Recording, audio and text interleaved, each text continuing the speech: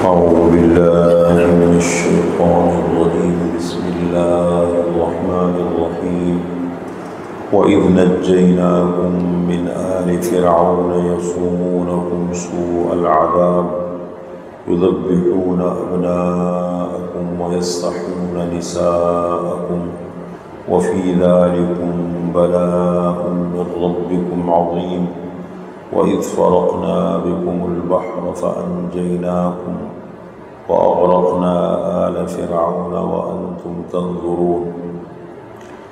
اور اس وقت کو یاد کیجئے جب ہم نے نجات دی تمہیں فرعونیوں سے، آل فرعون سے، یسومونکم سوء العذاب، چھکاتے تھے تمہیں برا عذاب، یذبحون ابناءکم، ذبح کرتے تھے تمہارے بیٹوں کو، ویستحیون نساءکم، اور زندہ رکھتے تھے تمہاری عورتوں کو، وفی ذالکم بلاء من ربکم عظیم، اور اس میں آزمائش تھی تمہارے لیے تمہارے رب کی طرف سے بڑی۔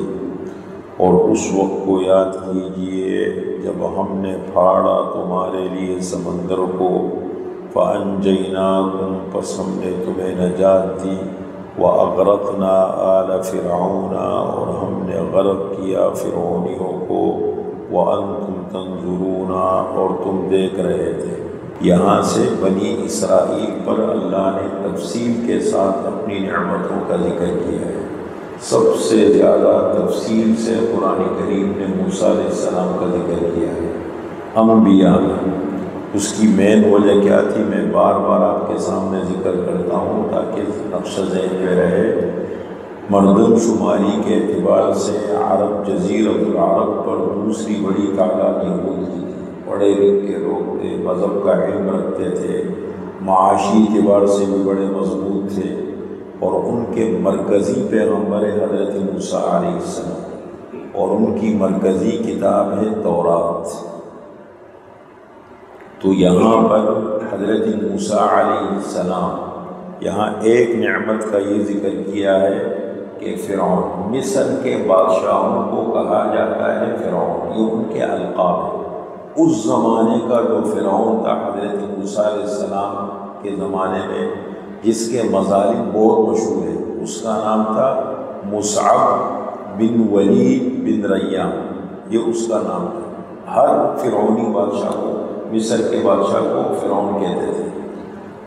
تو یہ جو بادشاہ تھا یہ بڑا ظالم تھا۔ اس کو کسی نے بتایا کہ بنی اسرائیل میں دو قومیں آباد تھی مصر پر، اصل رہنے والے وہاں کے تھے قبطی قوم تھی، جو فرعون کی قوم تھی۔ اس کے علاوہ بنی اسرائیل بڑی تعداد میں آباد تھی، جو حضرت یوسف علیہ السلام کے زمانے سے آباد تھے۔ پہلے ان کی حکومت تھی، پھر آہستہ آہستہ وہ غلام بنتے چلے گئے، پھر ان پہ بہت زیادہ مظالم شروع ہو گئے، ان کو غلام بنا کے اس سے کام لیتے تھے ان سے۔ کسی نے فرعون کو یہ بتا دیا کہ بنی اسرائیل میں ایک بچہ پیدا ہوگا، تیری حکومت کے زوال کا سبب بنے گا۔ اس خوف میں اور اس ڈر میں اس نے بنی اسرائیل کے بہت سارے بچوں کا قتل عام کیا۔ شاہ عبدالعزیز رحمۃ اللہ علیہ فرماتے ہیں کہ 12,000 بچے اس نے مارے، 90,000 خواتین نے حمل ساقط کی، اس خوف سے کہ بچہ پیدا ہوگا قتل ہوگا۔ اتنا جاسوسی کا منظم نظام تھا کہ بچہ پیدا ہوتا تھا تو کیا کرتے تھے، خوف کی وجہ سے لوگ پڑوسی بتاتے تھے کہ فلاں کہ ہمارے نمبر بڑھ جائے، ہم محفوظ ہو جائے، اپنے پڑوسیوں کی جا کے وہ کرتے تھے کہ فلاں گھر میں بچہ پیدا ہو گیا، اور یہ خوف کا عالم تھا۔ اب 90,000 70,000 بچے قتل کیے، یہ بھی ذکر آتا ہے۔ وہ کہتے ہیں نا اکبر الہٰبادی، یوں قتل سے بچوں کے وہ بدنام نہ ہوتا، افسوس کے فرعون کو کالج کی نسل۔ انگریز نے کیا کیا کلام علیہ، نظام تعلیم کے شکنجے میں ڈال کر کے کیسے ہماری سوچ اور ذہن کو بدلا۔ ہمارے اسلامی معاشرے کا سب سے بڑا عنوان ہے حیا، وہ ختم کر دیا۔ پھر مرد کا زیور ہے غیرت، اور عورت کا زیور ہے حیا۔ دونوں چیزیں انگریزوں نے بے حیائی میں ڈالو، فحاشی میں ڈالو، ایک بینچ کے لڑکا لڑکی کو بٹھا دو پڑھے، بدتمیز بنا دو، استادوں کا ادب و احترام نہ ہو، بے حیائی پھیلے، ماحول خراب ہو، پھر اندر سے سوچ کو تبدیل کر دیا، کتنا دیکھو مضبوط طریقے سے۔ اس سے خطرناک دور اب چل رہی ہے، جو عالم اسلام پر حکمران مسلط ہے، یہ سب سے زیادہ اسلام کے لیے خطرہ ہے۔ یہ کبھی نہیں چاہتے کہ اسلام نظام کی صورت میں دنیا کے قرآن کی بالادستی ہو، اسلامی نظام ہو۔ پارلیمنٹ پہ کلمہ لکھنے سے کیا ہوتا ہے؟ لا الہ الا اللہ، پوچھو ان سے اندر۔ میں دعوے سے کہتا ہوں صحیح تلفظ کے ساتھ، اکثریت مجھے کلمہ نہیں سنا سکتی۔ ان کی تربیت اس ماحول میں نہیں ہوئی، مجھے ہمیں معلوم ہے نا، الحمدللہ ایک ماحول، اس میں سے کئی حضرات ہمارے شاگرد ہیں جو اسمبلیوں میں ہیں، لیکن میں نے دیکھا جن کو تربیت ملی علماء کی، یہ بہت بڑی نعمت ہے۔ علماء کی تربیت کے بغیر قوم ادھوری ہے۔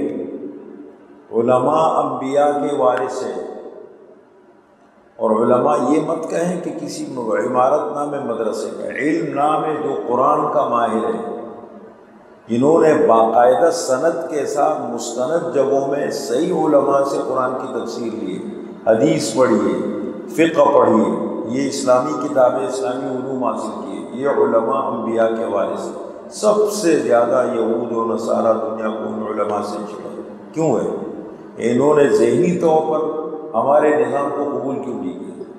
اور یہی علماء بیٹھ کے دیکھو ہمارے ایمان اور دین کے لیے سوچتے ہیں، کون سے پیسوں کے چکر میں لگے ہوئے، کون سے ان کو اس کا شوق ہے، وہ تو کہ ان کا سب سے انبیاء کے ورثاء کی نشانی یہ ہے کہ لوگوں کے ایمان اور دین کے لیے سوچیں، اچھے اخلاق کے لیے سوچیں۔ اب یہ کیا کیا، 70,000 بچے مارے، 12,000 مارے، 90 خواتین نے حمل ثابت کر دیے۔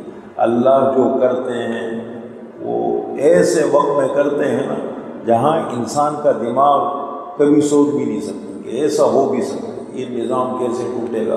یہ 2 منٹ کا کھیل ہے اللہ کے لیے، لیکن اللہ کا وقت کب آتا ہے؟ یہ اللہ کے ہاتھ میں، انسانوں کے ہاتھ میں نہیں، ہمارے کہنے سے نہیں۔ جب اللہ چاہیے 2 منٹ کے اندر ان اداروں کو اٹھا کے آپس میں لڑا دیں، 2 منٹ میں چاہے یہ نظام آپس میں دست و گریبان ہو جائے۔ اللہ نہ کرے، خدا نہ خواستہ، اللہ دشمنوں کو مسلط کر دے، اس میں نقصان بہت ہوتا ہے۔ عوام بیچاروں کا ہمیشہ مرتے تو عوام ہے نا، یہ عیاش طبقہ تو یہی ہوتا ہے، یہی چیزیں ہو جاتی ہیں۔ اب دیکھیں اللہ نے کیا کیا، حضرت موسیٰ علیہ السلام پیدا ہو گئے، 30 سال تک اللہ نے فرعون کے گھر میں پالا، 30 سال تک فرعون کے گھر میں پلے، اور 30 سال کے بعد پھر ایسا ہوا کہ ایک قبطی ان کے ہاتھ سے قتل ہو گئے، جان کر نہیں، ایک اسرائیلی ایک قبطی کی لڑائی ہو رہی تھی دوپہر کا وقت، یہ چھڑانے گئے، کیا ہے دیکھا تو یہ حق پر ہے، یہ غلط ہے۔ انبیاء نبوت ملنے سے پہلے بھی گناہوں سے معصوم ہوتے ہیں، نبوت ملنے کے بعد بھی۔ یہ انبیاء کی چاہے کہیں بھی پلے بڑھے ان کی حفاظت اللہ کرتے ہیں۔ اب وہ ایک قبطی قتل ہو گئے، یہاں سے مدین چلے گئے، مدین میں شعیب علیہ السلام کی بیٹی سے نکاح ہوا، 10 سال کا عرصہ وہاں گزارا، پھر واپس آئے اپنے بچوں کو لے کے راستے میں آتے ہوئے، اور ان کو نبوت ملی۔ نبوت ملنے کے بعد 2 مقصد تھے حضرت موسیٰ علیہ السلام کے۔ ایک مقصد یہ تھا کہ جا کے اذهب الى فرعون انه طغى، فرعون کے پاس جو بڑا سرکش ہو گیا ہے، حد سے آگے نکل چکا ہے، اس کو سمجھاؤ، اس کو بتاؤ، ہمارا پیغام دو ان کو۔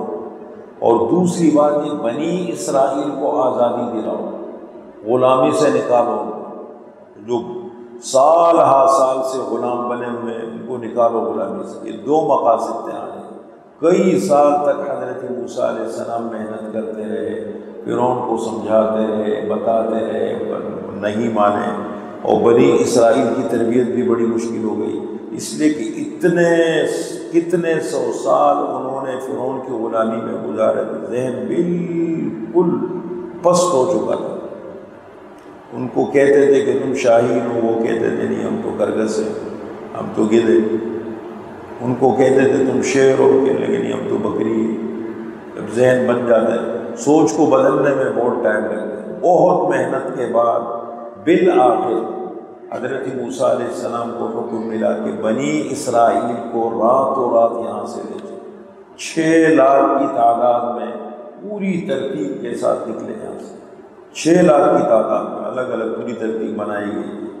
اور جب آگے نکلے پتہ چلا پیچھے فرعون اپنی پوری فوج کابینہ سمیت ان کے پیچھے نکلے 12 لاکھ کی تعداد میں، اور وہاں سمندر پہ پہنچ کے حضرت موسیٰ علیہ السلام کھڑے ہیں، پیچھے فرعون آ گئے۔ لوگوں نے کہا فرعون تو آ گیا، تو حضرت موسیٰ علیہ السلام نے فرمایا خوف نہ کرو، اللہ میرے ساتھ ہے۔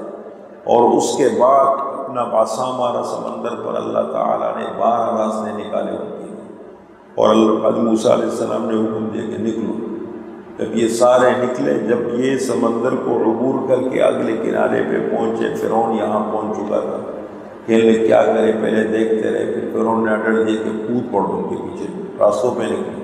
جیسے یہاں سے یہ نکلے آگے سمندر کے بیچ میں دونوں طرف سے پہنچے، اللہ نے سمندر کو ملنے کا حکم دیا کہ مل جاؤ، راستے ختم ہو گئے، مل گئے، پوری فوج سمیت اللہ تعالیٰ نے ان کو غرق کر دیا۔ اس نعمت کا اللہ تعالیٰ ذکر فرما رہے کہ جب تمہارے، اور قتل کس کو کرتے تھے؟ بچیوں کو قتل نہیں کرتے تھے، نسل کشی اس کو کہتے ہیں، نسل کشی۔ بچیوں کو زندہ رکھتے تھے، بچوں کو قتل کرتے تھے۔ اس نعمت کا اللہ تعالیٰ ذکر فرما رہے۔ مدینہ منورہ میں رہنے والے، اطراف میں رہنے والے جو یہودی تھے، ان پر اللہ نے یہ اپنا نعمت دیکھو، اس وقت کو یاد کرو، تمہارے باپ دادوں پر اللہ نے کیا نعمت کی۔ وَإِذْ نَجَّيْنَاكُمْ مِنْ آلِ فِرْعَوْنَ، اور اس وقت کو یاد کیجئے جب ہم نے نجات دی تمہیں فرعونیوں سے، آل فرعون سے، فرعون اور ان کے لوگوں سے۔ یسومونکم سوء العذاب، چھکاتے تھے تمہیں سخت عذاب، برا عذاب۔ وہ سخت عذاب کی شکل کیا تھی، کس طرح سخت عذاب دیتے تھے؟ یذبحون ابناءکم، ذبح کرتے تھے تمہارے بیٹوں کو، بیٹیوں کو نہیں۔ ویستحیون نساءکم، اور زندہ رکھتے تھے تمہاری عورتوں۔ وفی ذالکم بلاء من ربکم عظیم، اور اس میں آزمائش تھی تمہارے لیے تمہارے رب کی طرف سے بہت بڑی۔ یہ تو نسل کشی ہے نا، یہ بڑی، یہ اگلے کو بعد میں پڑھ لیں گے۔